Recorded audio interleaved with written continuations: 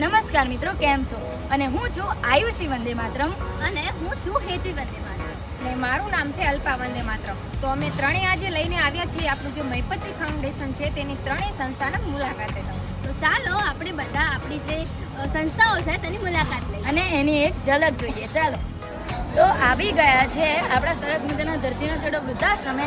અને આજે છે ગણેશ ચતુર્થી.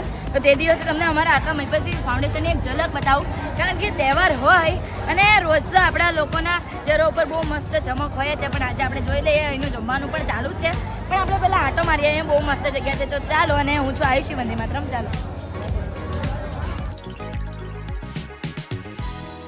તો આપણી પાસે અત્યારે તો છે, આપણા પાસે બા પણ બહુ બધી સંખ્યામાં છે અને દાદા પણ બહુ બધી સંખ્યામાં છે. તમને પણ તમે જોઈ શકતા હશો. અહીં બધા એકત્રિત થઈને ભોજન કરે છે, તો તે પણ તમને દ્રશ્યો બતાવી દઉં. અને આપણી પાસે બહુ બધા દાદા પણ છે, તેમને પણ તમે જોઈ શકતા હશો. અને આપણા શિક્ષણ અને કલ્યાણ સંકુલના દીકરાઓ પણ અહીંયા જ રહે છે, તેમની પણ એક ઝલક તમને બતાવી દઈએ.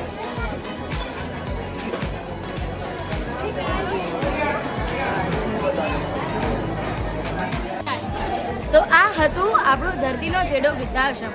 તો ચાલો હવે જઈએ એક ગુજરાતની એકમાત્ર જગ્યા જ્યાં દિવ્યાંગ મિત્રોને રાખવામાં આવે છે અને એમને એવું ફીલ કરવામાં આવે છે કે તમે લોકો ડિસેબલ નથી, તમે લોકો પણ કોઈ સ્પેશિયલ છો. ચાલો જઈએ એ જગ્યાએ.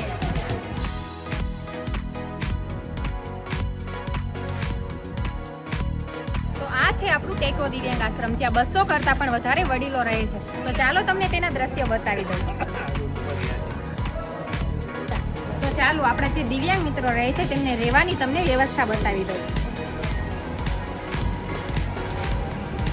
સામાન્ય રીતે વૃદ્ધાશ્રમ તો બધે હોય જ છે, પણ આ એક આપણું એવી સંસ્થા છે કે જ્યાં 200 કરતાં પણ વધારે વૃદ્ધ દિવ્યાંગો છે તેમને રાખવામાં આવે છે. તો ચાલો તમને આપણું જે શિક્ષણ એજ કલ્યાણ સંકુલ છે તેના દ્રશ્યો બતાવી લેજો. તો બન્યા રહેજો વિડીયોની અંદર. તો આવી ગઈ છું આપણા શિક્ષણ એજ કલ્યાણ સંકુલમાં, જ્યાં લગભગ ઘણી જ બધી દીકરીઓ એક સાથે રહે છે, ભણે છે અને એમનું મતલબ ભવિષ્યની તૈયારી કરી રહી છે. તો ચાલો, અત્યારે તો ગણેશ ચતુર્થી છે આજે, તો આપણા ગણપતિની સ્થાપના પણ થઈ ગઈ છે અને અત્યારે આપણી દીકરીઓ જમવા માટે બેસી ગઈ છે. તો ચાલો એમના દ્રશ્યો બતાવો.